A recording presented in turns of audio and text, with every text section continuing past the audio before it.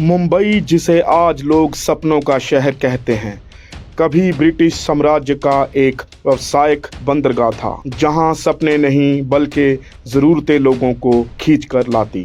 19वीं सदी के आखिरी वर्षों से लेकर 20वीं सदी के पहले हिस्से तक ये शहर जहाज़ों, गोदामों, मजदूरों, दलालों और दलदल जैसी गरीबी से भरा हुआ था। इसी शहर के किनारे बसे इलाकों में जहां समुद्र की हवा में नमक के साथ भूख की गंध भी मिली रहती थी, एक ऐसा बच्चा बड़ा हो रहा था जिसे उस समय कोई नहीं जानता था और जिसे आगे चलकर लोग हाजी मस्तान मिर्जा के नाम से जानेंगे। हाजी मस्तान मिर्जा का जन्म लगभग 1926 के आसपास दक्षिण भारत के तमिल भाषी मुस्लिम परिवार में हुआ माना जाता है। हालांकि उनके जन्म स्थान को लेकर अलग अलग स्रोतों में मतभेद हैं। कुछ लोग इसे तमिलनाडु के कन्नालूर जिले से जोड़ते हैं तो कुछ इसे तत्कालीन मद्रास प्रेसिडेंसी के तटीय इलाकों से। जो बात निर्विवाद है वो ये है कि उनका बचपन अधिक गरीबी, असुरक्षा और सामाजिक हाशिए पर बीता। उनके पिता एक साधारण मजदूर थे और परिवार के पास ना जमीन थी, ना पूंजी, ना कोई ऐसा सहारा जो आने वाले कल को सुरक्षित बना सके। जब भारत अभी भी ब्रिटिश शासन के अधीन था और दूसरा विश्व युद्ध 1939 से 1945 के बीच दुनिया को हिला रहा था, तब बॉम्बे बंदरगाह पर गतिविधियां तेज हो गई थी। युद्ध का मतलब था ज़्यादा जहाज, ज़्यादा माल और ज़्यादा अव्यवस्था। किशोर उम्र में ही मस्तान बॉम्बे पहुंचे और बंदरगाह पर कुली का काम करने लगे। ये वही जगह थी जहां मेहनत और अपराध के बीच की रेखा बहुत पतली थी। दिन में बोरे उठाने वाले मजदूर रात में चोरी छिपे माल गायब करते थे और कई बार यही छोटे अपराध आगे चलकर बड़े नेटवर्क का हिस्सा बन जाते थे। 1947 में भारत आज़ाद हुआ और साथ ही देश का विभाजन हुआ। बॉम्बे सीधे हिंसा से उतना प्रभावित नहीं हुआ जितना उत्तर भारत, लेकिन विभाजन ने यहाँ की अंडरग्राउंड अर्थव्यवस्था को पूरी तरह बदल दिया। नए राष्ट्र में आयात निर्यात पर सख्त नियम लगे, विदेशी सोना प्रतिबंधित हुआ और सरकार ने लाइसेंस राज की नींव रखी। इसी माहौल में तस्करी अपराध नहीं बल्कि अवसर बन गई। जिनके पास साहस, संपर्क और जोखिम उठाने की क्षमता थी वो तेजी से ऊपर उठने लगे। मस्तान ने भी यही रास्ता देखा। बंदरगाह पर काम करते करते उन्होंने माल की आवाजाही, कस्टम अधिकारियों की कमजोरियां और दलालों के नेटवर्क को समझा। शुरुआत में ये काम छोटे स्तर का था, कभी कपड़ा, कभी सिगरेट, कभी इलेक्ट्रॉनिक सामान। धीरे धीरे उनका संपर्क उन लोगों से होने लगा जो बॉम्बे के अंडरवर्ल्ड की असली रीढ़ थे। ये वो दौर था जब करीम लाला और वरदराजन मुदलियार जैसे नाम उभर रहे थे और शहर अपराध को जाति और क्षेत्र के आधार पर बांट चुका था। मस्तान की सबसे अलग बात ये थी कि वो ना तो पठान गिरोह का हिस्सा बने, ना तमिल नेटवर्क में पूरी तरह घुले। उन्होंने खुद को एक स्वतंत्र ऑपरेटर की तरह स्थापित किया। 1950 के दशक में जब दुबई और खाड़ी क्षेत्र सोने की तस्करी के केंद्र बन रहे थे, मस्तान का नाम इस कारोबार में गंभीरता से लिया जाने लगा। सोना सिर्फ धातु नहीं था, वो सत्ता का प्रतीक था। जिस आदमी के पास सोने की सप्लाई थी, उसके पास पुलिस, नेता और व्यापारी तीनों तक पहुंच थी। यहाँ से हाजी मस्तान का सार्वजनिक और निजी व्यक्तित्व अलग अलग दिशाओं में बढ़ने लगा। एक तरफ वो तस्करी से करोड़ों कमा रहे थे, दूसरी तरफ वो झुग्गियों में पैसे बांटते, मजदूरों की मदद करते और खुद को एक ऐसे आदमी के रूप में पेश करते जो सिस्टम की नाकामी का उत्पाद है, उसका शिकार नहीं। यही छवि आगे चलकर उनके लिए ढाल बनी। 1960 के दशक तक बॉम्बे का अंडरवर्ल्ड स्पष्ट रूप से 3 हिस्सों में बटा हुआ था। करीम लाला पठानों का प्रतिनिधित्व करते थे, वरदराजन मुदलियार तमिल गिरोह के प्रमुख थे और हाजी मस्तान एक ऐसे मुस्लिम नेता के रूप में उभरे जिनकी पकड़ आर्थिक थी, ना कि सिर्फ हिंसक। मस्तान की खासियत ये थी कि उन्होंने अनावश्यक खून खराबे से दूरी रखी। ये कोई नैतिक निर्णय नहीं था बल्कि रणनीति थी। हिंसा पुलिस का ध्यान खींचती है जबकि पैसा चुपचाप रास्ते खोलता है। ये बात मस्तान अच्छी तरह समझते थे। इसी दौर में उनका संबंध फिल्म इंडस्ट्री से भी जुड़ने लगा। बॉम्बे की फिल्मी दुनिया को पैसे की जरूरत थी और अंडरवर्ल्ड के पास पैसा था, लेकिन ये रिश्ता वैसा नहीं था जैसा बाद में दाऊद इब्राहिम के समय में दिखा। मस्तान खुद को निर्माता या अभिनेता के रूप में आगे नहीं लाए, वो पर्दे के पीछे रहना पसंद करते थे। बाद में बनी कई फिल्मों में जो भले दिलवाला डॉन दिखाया गया है वो पूरी तरह वास्तविक नहीं था, लेकिन उसकी प्रेरणा मस्तान जैसे किरदारों से ही आई थी। 1970 के दशक में भारतीय राजनीति और अपराध का रिश्ता और गहरा हुआ। चुनावों में पैसे की जरूरत थी और अंडरवर्ल्ड के पास बेहिसाब नकदी थी। मस्तान के राजनीतिक संपर्क बढ़े। वो खुले तौर पर मंचों पर नहीं दिखते थे, लेकिन पर्दे के पीछे उनका प्रभाव महसूस किया जाता था।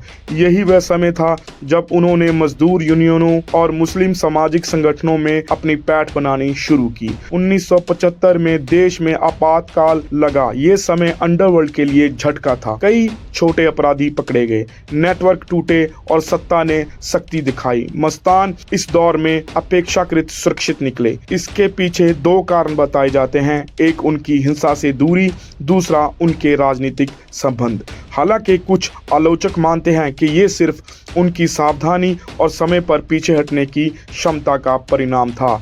यहीं से मस्तान के जीवन में एक वैचारिक बदलाव की शुरुआत दिखाई देती है।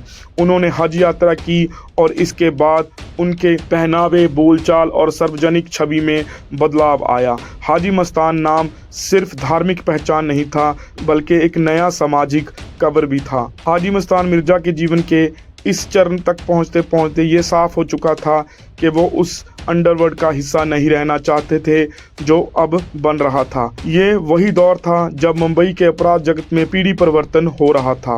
पुराने डॉन जो पैसे और समझौते से काम चलाते थे धीरे धीरे पीछे हट रहे थे और उनकी जगह ऐसे लोग ले रहे थे जिनके लिए बंदूक और धमाका सत्ता की भाषा बन चुका था। ये बदलाव अचानक नहीं आया बल्कि 1980 के दशक की शुरुआत से धीरे धीरे आकार लेने लगा। दाऊद इब्राहिम का उभार इसी माहौल में हुआ। वो एक नई किस्म की अंडरवर्ल्ड राजनीति लेकर आया जिसमें सीमाएं सिर्फ मुंबई तक सीमित नहीं थी। खाड़ी देशों, पाकिस्तान और बाद में अंतर्राष्ट्रीय नेटवर्क से जुड़ा ये मॉडल हाजी मस्तान की सोच और कार्यशैली से बिल्कुल अलग था। मस्तान के लिए अपराध एक आर्थिक गतिविधि थी, जबकि दाऊद के लिए वो सत्ता और भय का माध्यम बन गया था। यही कारण था कि दोनों के बीच कोई सीधा टकराव नहीं हुआ, लेकिन दूरी लगातार बढ़ती चली गई। इस दौर में कई लोग ये सवाल पूछते हैं कि हाजी मस्तान को दाऊद ने क्यों नहीं हटाया, जबकि उसने लगभग हर बड़े नाम को या तो मार दिया या भगा दिया। इसके दो व्यवहारिक उत्तर मिलते हैं। पहला, मस्तान उस समय तक सक्रिय अपराध से काफ़ी हद तक बाहर आ चुके थे। दूसरा, उनकी सामाजिक और राजनीतिक पहचान उन्हें एक अलग सुरक्षा कवच देती थी। ये सुरक्षा कानून से नहीं बल्कि छवि से आती थी। किसी ऐसे व्यक्ति को मारना जिसे जनता का एक वर्ग अपना नेता मानता हो हमेशा जोखिम भरा होता है। 1984 के बाद मस्तान ने खुलकर सामाजिक मंचों पर बोलना शुरू किया। वह मुस्लिम समाज के भीतर मौजूद वर्ग भेद, दलित मुसलमानों की स्थिति और सत्ता संरचना में उनकी अनुपस्थिति की बात करने लगे। उनके भाषणों में धर्म से ज़्यादा सामाजिक न्याय की बात होती थी। आलोचक कहते हैं कि ये सब उनकी पुरानी छवि को धोने की कोशिश थी, लेकिन ये भी उतना ही सच है कि उस समय बहुत कम लोग इन मुद्दों पर खुलकर बोल रहे थे। इसी बीच उनकी सेहत में गिरावट आने लगी। उम्र के साथ साथ शरीर ने उन वर्षों की कीमत वसूलनी शुरू कर दी जो तनाव, जोखिम और अनियमित जीवन में बीते थे। मधुमेह, रक्तचाप और हृदय संबंधी समस्याएं बढ़ती चली गईं। 1990 के बाद वो पहले जैसे सक्रिय नहीं रहे। सार्वजनिक कार्यक्रमों में उनकी मौजूदगी कम होती गई और ज़्यादातर समय वो अपने नज़दीकी लोगों के बीच ही रहते थे।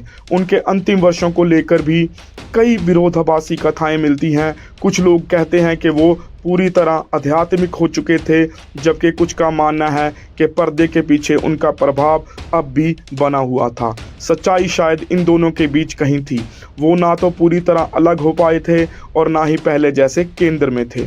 ये वही स्थिति थी जिसे वो खुद कभी दूसरों के लिए सबसे खतरनाक मानते थे, बीच का रास्ता। 1994 में जब उनकी मृत्यु हुई तो मुंबई ने एक बार फिर ये दिखाया कि ये शहर अपने किरदारों को एक ही नज़र से नहीं देखता।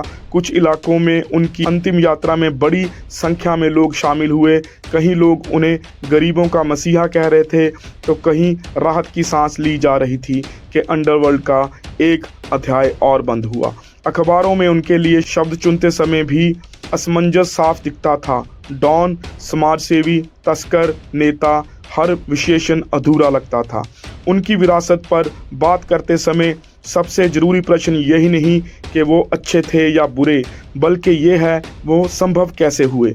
बॉम्बे जो बाद में मुंबई बना ने उन्हें गढ़ा, वो शहर जहां कानून हमेशा देर से पहुंचा और ज़रूरतें जल्दी, जहां राज्य की अनुपस्थिति में समानांतर व्यवस्थाएं खड़ी हुई। हाजी मस्तान उसी खाली जगह का नाम थे।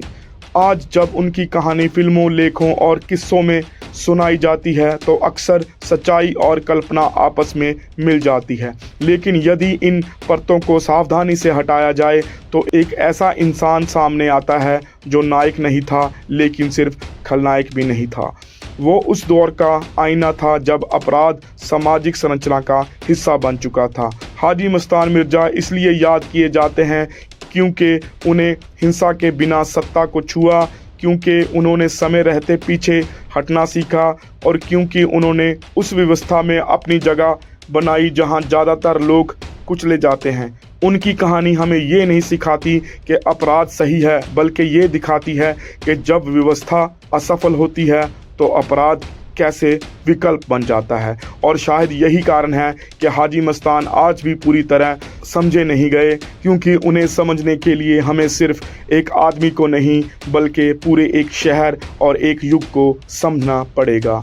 दोस्तों, अगर आपको हाजी मस्तान पर बना ये वीडियो पसंद आया तो कृपया वीडियो को लाइक करें और अपने खुद के channel the famous character code को सब्सक्राइब करें और अपने दोस्तों के साथ शेयर करें।